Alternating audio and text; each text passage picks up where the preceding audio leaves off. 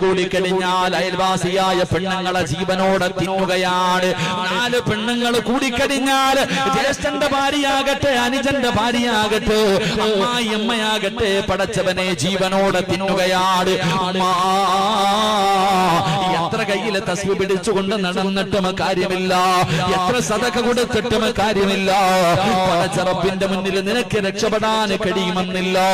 അതുകൊണ്ട് എന്റെ പ്രിയപ്പെട്ടവരോട് പറയുകയാണ്, ഒരിക്കലും നിങ്ങൾ അങ്ങനെ ചെയ്യരുത്. കാരണം അല്ലാഹുവും അടിമയും തമ്മിലുള്ള കാര്യങ്ങൾ പടച്ചവനോട് പറഞ്ഞാൽ അല്ലാഹു കരുണയുള്ളവനാണ്, അല്ലാഹു ഗഫൂറാണ്, അല്ലാഹു റഹീമാണ്. സിറാജ് നിസ്കരിച്ചില്ലെങ്കിൽ അല്ലാഹു പുറത്തു തരും.